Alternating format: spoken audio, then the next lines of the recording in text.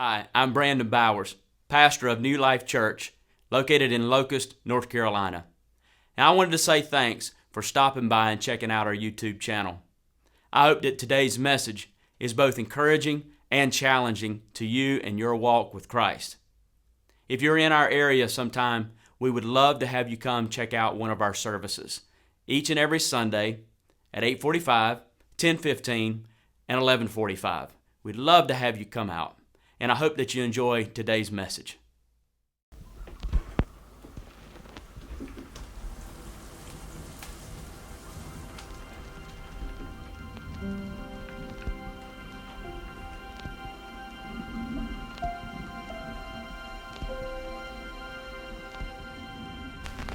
You will face overwhelming odds, and you will be incredibly outnumbered. Fear would be your natural inclination, but keep in mind, God is with you.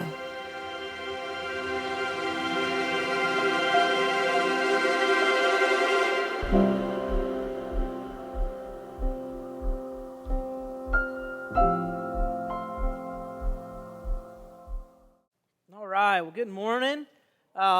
I had half of mine to come bouncing out here and do a whole KidzJam spiel and let you guys sort of see a mini version of what I'm like on KidzJam nights, because this is one of my favorite times of the year.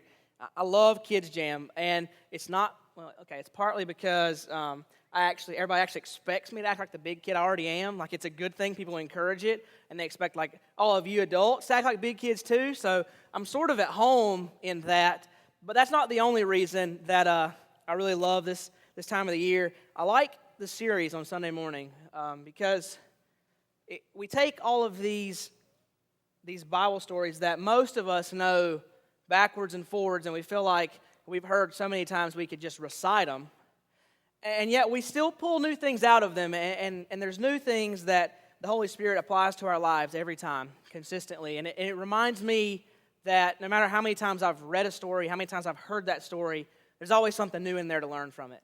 But the thing that amazes me is while that story is applicable on an adult level, I get to go through the week and see that same story change the lives of a 3-year-old to a 5th grader. And it just reminds me that regardless of age, regardless of familiarity, no matter what, there's always something new the Bible can teach us from stories that we know maybe a little too well and we tend to gloss over. And so I really love this time of year and just all of that. And so today we're going to be in another familiar story. It's in Daniel chapter 6. We're going to be talking about Daniel in the lion's den. And everybody knows this story. And this is one of my favorite stories in the Bible next to David and Goliath. Because you have to understand, you can look at me. I've always been the short kid, so I always thought hey, David's me, right? So that was my first one. And then sort of the way that my personality works, my imagination works is, first time I heard Daniel in the lion's den, I sort of pictured Daniel good kitty, petting the lions and chilling with them and laying with them. And so just these cool things that seemed really supernatural to me when I was a kid, that's just sort of where I went with all of these stories. And so I've read this story quite a bit and even heard this theme discussed from the story, and yet it was almost like it was new to me as I was working through it this week, because this morning as we talk about Daniel in the lion's den and God being with us in those things, we're going to talk about a major theme of prayer in Daniel's life and what that looks like for us and when God is with us and just how prayer sort of plays a role in all of that. But before we get there, I want to sort of just spend a minute on prayer and maybe sort of talk about the elephant in the room, because my guess is most of us sort of treat prayer with kid gloves. We know prayer is powerful because there's stories in the Bible. We've seen it do crazy things in our lives, or people that we know do crazy things in their life, and yet we very rarely seem to engage prayer to its fullest extent. Right? Maybe you have sort of that cursory prayer you pray before meals and before you go to bed, but most of us, to use a term that's often overused in traditional church circles, the prayer warrior term, most of us don't ever really approach that level of prayer and engagement. It's like we view it like a nuclear bomb, right? we know it's got tons of power, but it's covered in radioactive material, so maybe we should just leave it alone. Or maybe a little more appropriately, like a firework.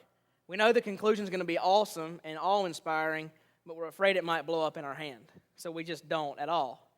Now, I'm not suggesting you should go out and light fireworks tonight, because that's illegal in North Carolina, firstly, but I think we sort of shy away from prayer like we do those things.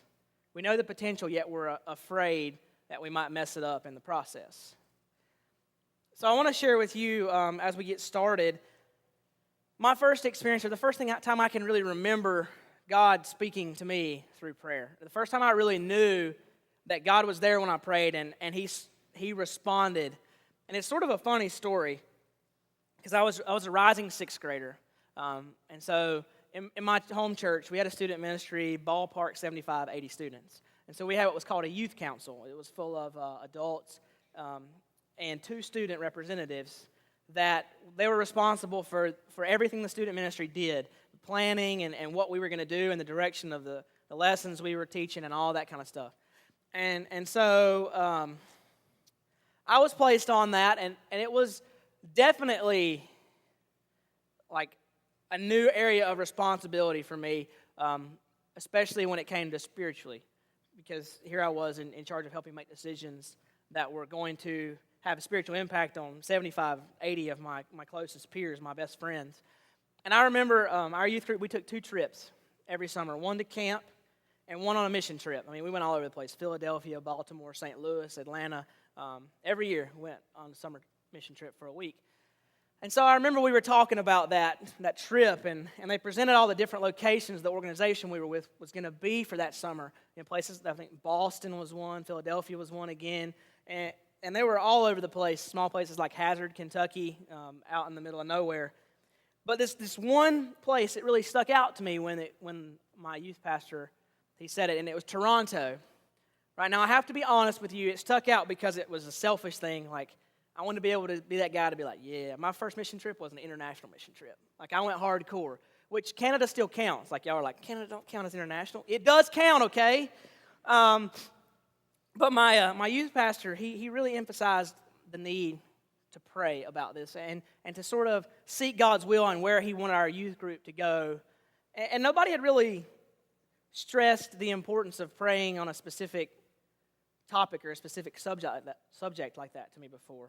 I mean, I'd always been told praying's important, but nobody had ever said, here's a specific thing.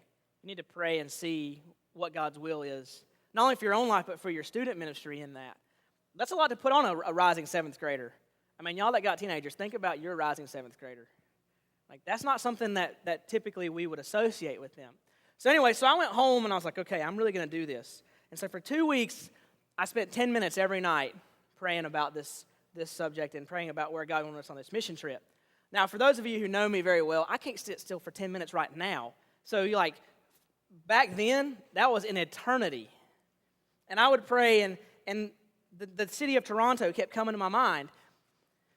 And I kept pushing it away because I was like, no, that's what I want. That can't be what God wants. And it sounds super spiritual, but as a rising 7th grader, this is what it looked like in my mind. It looked like little mine carts on a track, and they would roll across, and they would say the name of the city. I can still remember this day because I look back now and think, how absurd was that? It looked like Donkey Kong Country 2 going off in my head up here, for those of you who know that game. And I just kept pushing that to the side, and so for 2 weeks, I prayed, and I finally came to the conclusion that God just wasn't answering me. I just wasn't getting an answer, and it was just what I wanted. And so I sat in that meeting room and listened as the 8 adults around the table went around and expressed how God had laid the city of Toronto on their heart. And it really hit me that, God does speak to you in prayer. It was the first time that I had ever really experienced that God really responding, that I was listening. And secondly, that I realized how stubborn I had been and continually shoved away God's answer to my prayer in seeking God's answer. It's so circular. It was weird to me. But ever since then, I would love to be able to say my prayer life is super awesome, but it's not. It's probably one of my weaker areas in my spiritual walk. I know that's a shock. Everybody thinks pastors are supposed to have it all together and be these super prayers and all that. And so this message really hit home for me on some need in my own life and some growth that I need to go through. So I think as we look through not only Daniel chapter 6, which is where we're going to be today, but the entirety of Daniel's life, you can see a consistency in prayer that really reveals itself throughout different ways that he responded to situations and just who he became as an individual. So if you've got your Bible, we're going to be, like I said, in Daniel chapter 6, starting in verse 10. And if you don't, it's going to be up on the screen here in just a moment. But we're going to start in verse 10 and read through verse 22 and then pick up a couple of verses at the end. It says, when Daniel knew that the document had been signed, so a little backstory, Daniel's been taken into exile. He's under one kingdom for a while, the Babylonians. Well, they've now been captured. So he's got a new king, a guy named King Darius.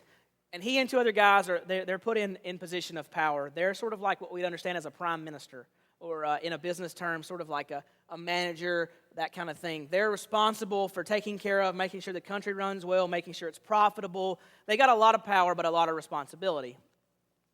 And so Daniel, he's wildly successful, even more so than these other two guys. So the other two guys, they've gotten jealous of Daniel, and they want to get rid of him. But they can't find any faults in Daniel.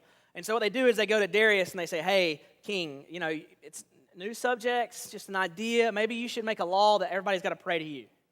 Right? And all the time in the back of their mind, they're setting up Daniel because they know Daniel's never going to fall for that. He's not going to go along with that. So the king agrees. It seems like a great idea. And so that's where we find ourselves. And so it says, this law is signed. And Daniel, immediately, he goes to his house where he had the windows open in his upper chamber toward Jerusalem. He got down on his knees 3 times a day and prayed and gave thanks before his God, as he had done previously. Now, it's still custom today for a Jewish person to do this. Ever since King Solomon, any Jew in exile is supposed to pray toward Jerusalem 3 times a day. It's sort of in that culture and that tradition. So Daniel's doing that, and he's doing what he knows historically and with regard to Judaism. Then these men came by agreement, talking about the other two leaders, and found Daniel making a petition and a plea before his God. They came near and said before the king, O king, did you not sign an injunction that anyone who makes petition to any god or man within 30 days except to you shall be cast in the den of lions? The king answered and said, this stands fast according to the law of the Medes and Persians, which cannot be revoked. Then they answered and said before the king, Daniel, who is one of the exiles from Judah, pays no attention to you or the injunction, but makes his petition 3 times a day. The king, when he heard these words, was much distressed and set his mind to deliver Daniel, and he labored till the sun went down to rescue him. Then the men came to the king and said, Know, O king, that it's the law of the Medes and the Persians that no injunction or ordinance may be changed once a king establishes it. Then the king commanded, and Daniel was brought and cast into the den of lions. The king declared to Daniel, May your God whom you serve continually deliver you. A stone was brought and laid over the mouth, and the king sealed it with his own signet ring and the signet of his lords, that nothing might be changed concerning Daniel. Then the king went to his palace and spent the night fasting, and no diversions were brought to him, and sleep fled from him. Then at break of day the king arose and ran to the den. As he came near to the den where Daniel was, he cried out in a tone of anguish. The king declared, Daniel, servant of the living God, has your God, whom you serve continually, been able to deliver you from the lions? Daniel said to the king, O king, live forever. My God has sent his angel and shut the lions' mouths. They have not harmed me, because I was found blameless before him. And also before you, O king, I have done no harm. And then if you'll skip to 26, I want to look at Darius's statement about what God has done. I make a decree that in all my royal dominion people are to tremble and fear before the God of Daniel. For he is the living God, lasting forever. His kingdom shall never be destroyed, and his dominion shall be unto the end. He delivers and rescues. He works signs and wonders in heaven and on earth. He who has saved David from the power of lions. So I think there's several different realities about prayer that we can pull out from Daniel's life. And the first of those is going to be a life of consistent and persistent prayer. Now, I purposely put both of those up there because I think consistency and persistence are 2 different things. They get used sort of interchangeably, but they're not the same, because consistency regards with regularity all the time, whereas persistence, it's more of a not quit type of attitude. In this situation, it says Daniel prayed 3 times a day. And if you read, it said just as he'd done previously. So Daniel was taken into exile at age 15. Do the math on when these kingdoms were overthrown and whatnot. Daniel's roughly 82 now. So from age 15 to age 82, it was well known that Daniel prayed 3 times a day. That's consistency. Like, if we could get that consistency in some of the other things in our life, that would be incredible. And then you see persistence. Regardless of what's going on, he's still going to do it. He's still going to pray, regardless of this new law. I imagine that he wasn't necessarily super excited about it during the time when Shadrach, Meshach, and Abednego were thrown in a furnace. Yet we see even the king declares, the God that you serve continually. Consistency and persistence. It's sort of like Daniel's life epitomizes what Paul says in 1 Thessalonians 5:17 when he says, be in a constant state of prayer. Pray without ceasing is sort of the moniker that we like to tag on to that. It's rather than having an attitude of prayer that says, I'm going to start praying now because of how bad my situation is. It says I'm going to pray regardless of my situation, whether that be good or bad. See, we tend to go to God because we think our situations have gotten bad. And we forget that God cares just as much about the good. You can pray about your needs and what you don't have as much as you can celebrate what he has done and what you do have. And Daniel has prayed in both of those situations. He's celebrated God, and he's prayed to God regularly when things were good, and now he's celebrating God and praying to God when things are bad. It reminds me of a story involving my little cousin, Will. How many of you guys have ever taken a small child to the store and made the mistake of going near the toy aisle? Right? Oh, my goodness. Like, you didn't understand persistence until you took the kid to the toy aisle, right? So, my little cousin Will, which he's not so little anymore, and my dad, they have a very unique bond. They, my uncle and aunt and them, all of them lived with my parents for a while they built a house.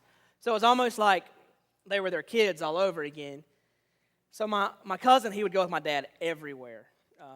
It was always Will and Uncle Mike. That was just the thing. And so my dad went to Tractor Supply because we do a lot of shopping there. My family owns a farm and that kind of thing. And Tractor Supply is like the ultimate haven for little boys' toys. Like, it's awesome, especially when they love to dig in the dirt. And so my cousin, he saw this big metal excavator toy, and he had to have it, right? And so he starts in on my dad, and you guys know how it goes. Like, first they start talking about, look how cool that is. Like, Mom and Dad, look at that. That's awesome. And then when they see that's not really getting anywhere, then they say, well, if you get that, you could play with me too, right? Like, they start to bring you into it, and then they start negotiating, right? And they tell you how they'll have a complete collection, or they'll get rid of the dump truck that doesn't have any wheels and, doesn't even work anymore. They'll finally get rid of that if they can have this. And so the conversation goes on like that, and ultimately, my cousin, he's sort of exasperated. He says, can't you just buy it with dollars? Like he's so upset. And my dad's like, no, well, I'm not getting you the toy. But it sort of taught me a lesson in consistency and persistence. And I wonder how much different my life would be if I took my prayer life that way. Like, we tend to view God as this guy that we make a request from, and he's already exasperated with us. Like, as soon as the request is made, it's like, oh, you again? Another one? And that's not biblical. In fact, the opposite is. If you look in Luke 18, there's a woman who is rewarded justice from an unjust judge simply because of her persistence.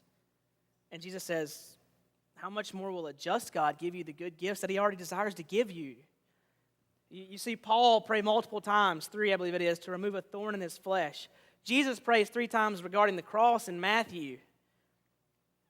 And part of the key to persistence is being prepared to accept God's answer, even when it may not be the one we want. I mean, if you read, Paul's response is, nope, my grace is good enough for you to deal with it.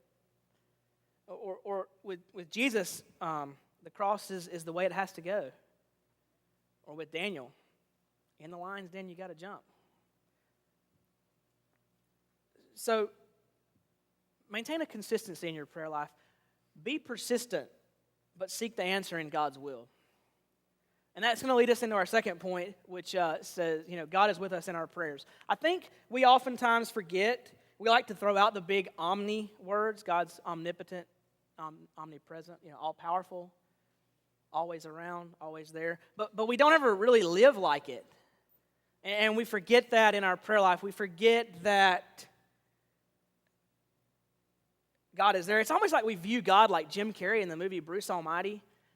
You guys seen that movie where like he sets up the email inbox, the prayer inbox, and he just like yes to all, right? And it is a disaster. We sort of act like God's like that, like he has this hands-off approach, and he has this auto-answering machine, and he's never really there, never really involved. When the opposite is true, and we can trace, I mean, I could spend hours just tracing through the Bible where that's opposite and where he's always there, but we're not going to do that. And I think there's three sort of stages in our life that we need to be reminded that God's there, and we can reach him through prayer. And the first of those is in our success. Now, if you see Daniel, he was praying despite his influence, despite his success, and I no doubt believe that Daniel worked hard to get to where he was going, but I also believe that God blessed his hard work. And I believe that God was there and God was maintaining him. It's not wrong to pray for success, guys. I mean, somewhere along the way, we've gotten in our mind that we shouldn't possibly pray to be successful or to have things. I mean, Genesis 24:12, we see a guy named Eliezer. He literally prays and uses the word, God, make me successful. Way back when I was young, there was this big thing on the prayer of Jabez. I don't know how many of you guys remember that. The guy literally prays, God, expand my territory. Give me more. There's plenty of examples in there.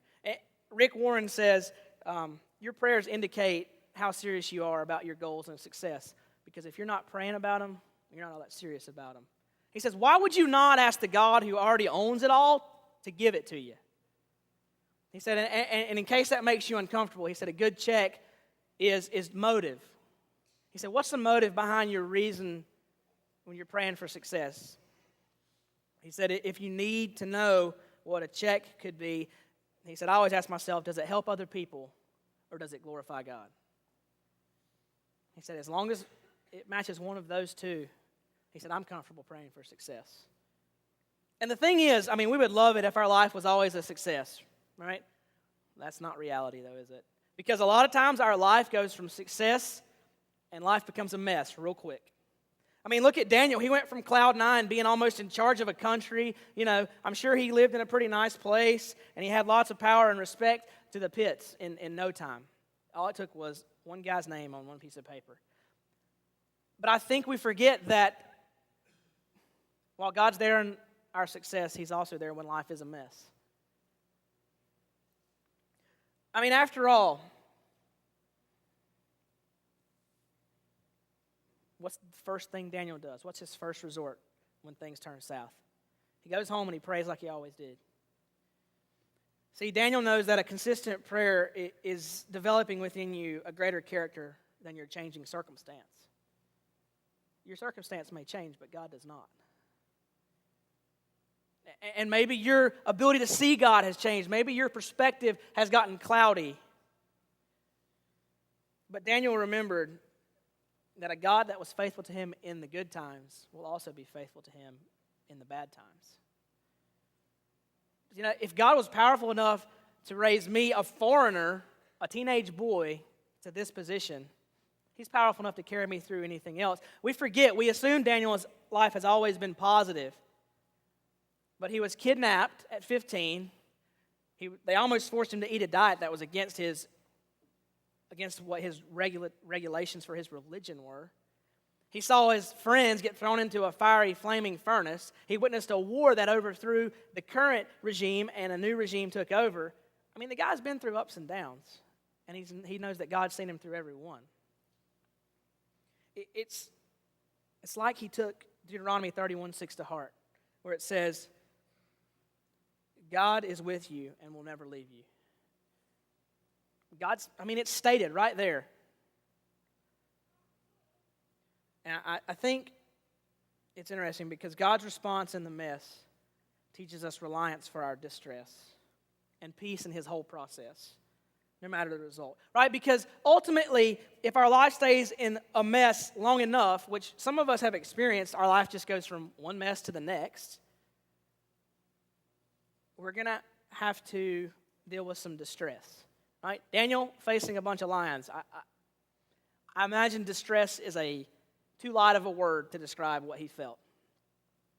and yet God's still there amid our distress. When things move from bad to worse, doesn't mean God's gone.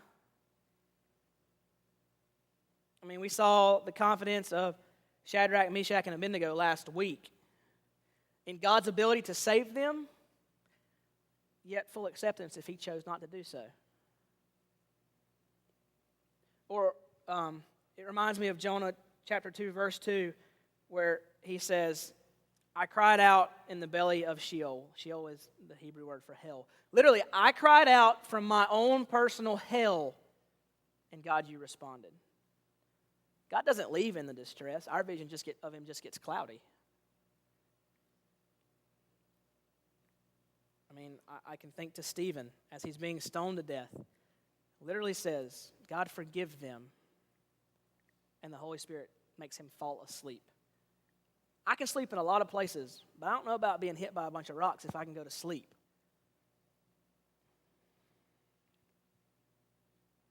And I guess the ultimate claim is made by King Darius, just like King Nebuchadnezzar before him. That God is all-powerful and he's always there. I mean, ultimately, that's what he says in that statement. He'll be here forever. Even a pagan could realize when things get bad, God's still here. Now, I know, like I said before, people assume that pastors, they have it together. They're like ultimate prayers and all this kind of stuff. So I thought for a little change of pace this morning, as we sort of talk about 4 steps to improving our prayer life and where that's going to take us, I thought it would be nice to get a little different perspective on prayer and what it looks like to develop a prayer life or to improve your prayer life. And so we're going to go to 2 ends of the spectrum. First, we're going to go very young, and then we're going to go with an old guy who's probably going to kick me now that I said that. So check out our first perspective here. Okay, Elin, can you tell me why you pray? To talk to Jesus. All right, and can you show me how you pray? Mm-hmm. Okay, go ahead. Let's see it. Thank you for Mommy and Daddy and Ella. Thank you for KidzJam House Land, but not New Church. Amen. Amen.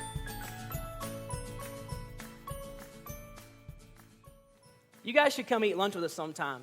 That's literally the prayer we get every day, and it's awesome. Thank you for Mom and Daddy and my sister and my house and my new playground.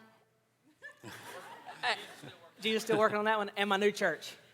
And it's awesome because you can tell that's what that little girl wants in her heart. Like, that's what she wants, and she's taking it to God. And that's just the raw emotion of that it just moves me every time because, I mean, that's childlike faith right there in a picture. So this is Eric Sasser. He does a lot of stuff behind the scenes. He's also a in-motion senior high school guys small group leader. There's one of his students. And just wanted to have a conversation with him this morning. Eric was saved about 8 years ago. So this journey through developing a prayer life is something very recent for him. And I think he's got some very practical steps that he can share with each of us on either how to develop one from scratch or how to improve one. So, Eric? The old guy. When Trey first sent me the message and asked me if I would do this with him today, my first thought was, dude needs to pray more because I think he sent this message to the wrong person. But after I got up past that, I thought about it, and it hasn't been that many years since I gave my life to Christ, and I remember what it's like to not know what it meant to pray. And back in 2007, my family has a history of heart disease and heart issues, and I started having extremely high blood pressure, irregular heartbeats. Over the course of 2 weeks, I spent 3 nights in the emergency room just with different things going on, and it might not have been that major of an issue, but I thought I was going to die. And I'd lay in bed at night, and the only thing I could think to do, God, please save me. God, will you save me? And I didn't even know what that really meant. But fortunately, over the course of the next several months, he took me to a Bible-believing church where the gospel was preached, and I knew what it meant to give my life to Christ and did. But I was afraid to pray for more than one thing. I didn't know anything about prayer. I mean, if I pray for more than one thing, the one thing that I'm really praying for, God might not answer. That's how little I knew. Yeah, so I mean, I hear you saying that you went from not praying at all to even if you just prayed one thing, you were doing it constantly. You were doing it with regularity. And I would say that's maybe the first step in developing or improving your prayer life is to begin to pray with some regularity. So pray regularly, because everybody has heard the saying, practice makes perfect. Well, I want to tell you that's not true, but practice does make permanent. So what you're doing will become part of your habit and become part of your lifestyle. And sometimes I think we try to make things more complicated, at least I do, than they really are. How did I learn how to pray? I prayed.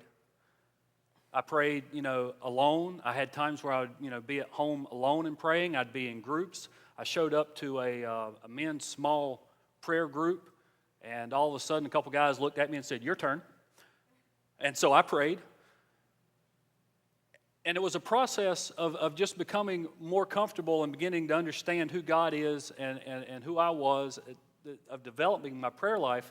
But today, a couple things that stand out to me, the way that I pray regularly during the week, is Trey and our pastors do such a wonderful job here at New Life with our sermon notes. They teach application so well, so that when we leave on Sunday, there's things in my notes that I've written down that God's spoke to me through the preaching, and those are things that I'll pray about during the week, for one. Also, I pray with my kids before they go to church. Parents, I encourage you to pray with your children. But there's so many things. I pray that there'll be leaders and examples in their school. Sometimes there's also things in our sermon notes that we as a family can pray for together. But that's one thing I like to do in the morning before they go out. I pray with them before school.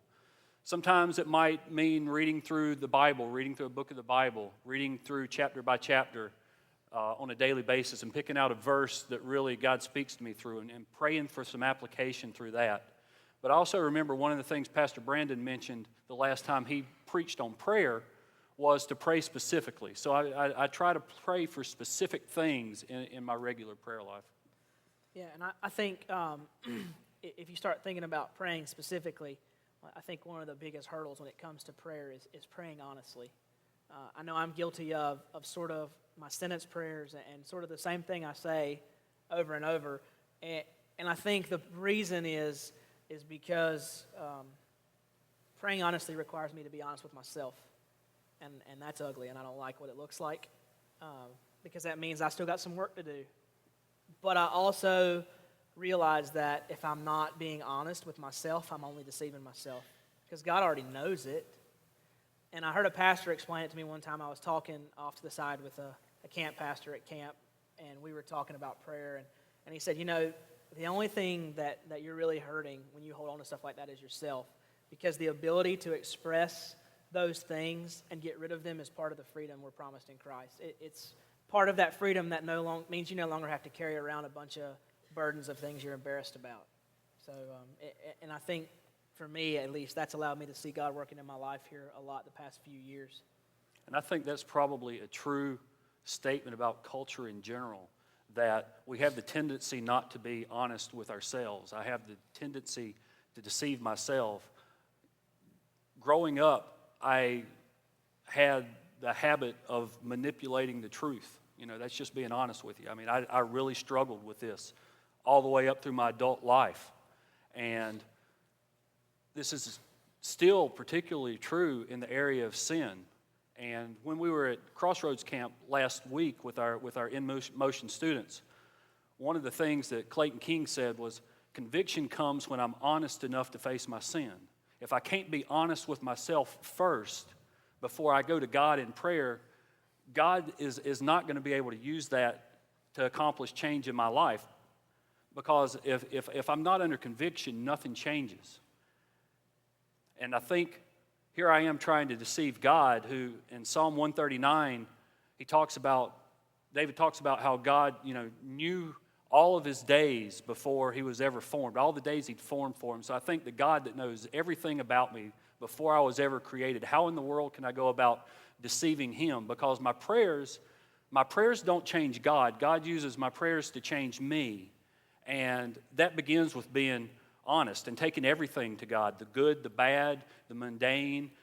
Got to be honest in order to have an effective, regular prayer life, and I think that'll lead you to being able to pray more passionately, which is our next point. Yeah, I would say definitely as God changes you through your honesty, you're going to begin to get to a place where you pray more passionately. And one of the best examples of this that I can see, because when I understand passion and that kind of thing, it's sort of this idea of stepping back and praying big. And I mean, for Brandon and the church here to pray to reach 20,000 people in Stanley County, that's passion. That's stepping back and praying big in my mind. And the other aspect of that is just simply the raw desire behind your request, your desire to seek God, your desire, because as you pray honestly and you begin to change, your passions begin to change, and your passions begin to become God's passions, and that desire grows within you, and you can see it in Psalm 137 and 135, verse 6, if you want to write those down and take a look at it later. And when I started thinking about passion, the first thing that came to my mind was relationships. It's hard to be passionate about someone or something that you don't know or you're not involved in. It just doesn't come from saying, I spent 15 minutes in prayer and checking off a box, and that just is, there's nothing passionate about that to me. So what am I passionate about? I'm passionate about my wife and my children. So I spend time praying with my wife and my children over things that are going on in our lives. We'll take our sermon notes. You know, I'll have those things in my mind as we're praying during the week. I'm passionate about our church, and I'm excited about our vision to reach those 20,000 people. And so I pray for you, I pray for our staff, I pray for our community, because I'm passionate about that. I'm involved in that. Also, you know, how perhaps could you get more involved? First, family. Get more involved with your family. Spend time praying together. Parents, teach your children how to pray, because that's also going to teach you how to pray. You're going to be praying. Your children are going to see you praying for them, and that's going to help their prayer life. Volunteer. There's so many chances to serve around here. The greeters outside. KidzJam starts tonight. There's just so many things. Just, you know, be on the lookout for opportunities, because that's going to give you a chance to make relationships with other people, just like life groups. If you're not involved in a life group, get involved with a life group, because as you get to know people, you're going to be able to share your life with them. They'll share their lives with you, and that's going to lead to a more passionate prayer life. And spend time talking to God through, you know, the Bible and what He has to say, because just like if it's hard to be passionate about a family or another group that you don't really know, you're not involved with, if you don't have an intimate relationship with God and you don't know Him, how can you be passionate about your prayer life? Yeah, I think all of these coupled together lead up to our final point, which is pray constantly. I think as you begin to couple these things, you're going to move from having a regular place and time of prayer to a constant conversation with God. And the biggest hurdle that I've seen in people for this is to remember that God cares about the huge, but He also cares about the mundane. You know, I'd be willing to go as far to say God cares about the dirty dishes that are still on your countertop that you didn't get to last night, because it's still affecting you. And that's you know, as that transition happens, you're going to realize, like Eric already said, prayer is about our development and growth. So the more conversation time you spend with God, the more development and growth He's gonna cause in your life. And all of a sudden, when you read and Paul says, take every thought captive, or you see that in Philippians or Colossians or Ephesians, it's going to be this idea that you are consciously and quickly turning every thought that comes into your mind to God. That's the priority. That's where it goes first. And it will begin to change your life and what that looks like. And what I thought about looking at Daniel's prayer life was he had prayed, you know, consistently, constantly, 3 times a day over the course of his life. They knew it wasn't a stretch to try to figure out where Daniel was going to be praying at. The entire, you know, culture had seen that. But as soon as Daniel heard the king's edict, he went back and he did exactly what he had been doing before. The circumstances didn't affect his prayer life. He went back and prayed just like he had before, just where he had been before, and they knew exactly where to find him. And I think about prayer not being, like I said, just 15 minutes in a specific place or position. For me, it's a conversation throughout the day. As God brings things to mind, especially when I'm alone, that's kind of what my prayer life looks like as I go through things throughout the day. And I would encourage you to talk to God like you talk to someone else that you love. It's not that complicated. We make it more complicated than it is. Carry on the conversation with the God that you know and you love, and share the details of your life with Him that He already knows, and He's going to use that time to continue to grow and develop our maturity, my maturity. Yeah, and the last thing I would say this morning is prayer should be like breathing. So when you're born, naturally it's your life support. In fact, all these scientific factors, you're forced to breathe. It hurts not to breathe, right? You ever held your breath going through a tunnel and you watch your kid almost pass out or something? It hurts not to breathe. And as a Christian, you have been reborn, and prayer is now your oxygen. It should happen without thinking, and it's really the thing that keeps you alive. And if that's not the case, I would suggest there maybe are some breaks in there somewhere. And it should also hurt when you're not doing it. My greatest fear, well, not my greatest fear, but my greatest fear this morning is that we would be a church full of people that has an acquaintance with God and not a relationship with God. And that is easily reflected in our prayer life. And so I want to encourage you this morning that, wherever you are in your prayer life, that you would begin to work on that you would begin to improve that, and ultimately that you would know that God is with you through your prayers, regardless of whatever situation you're going through.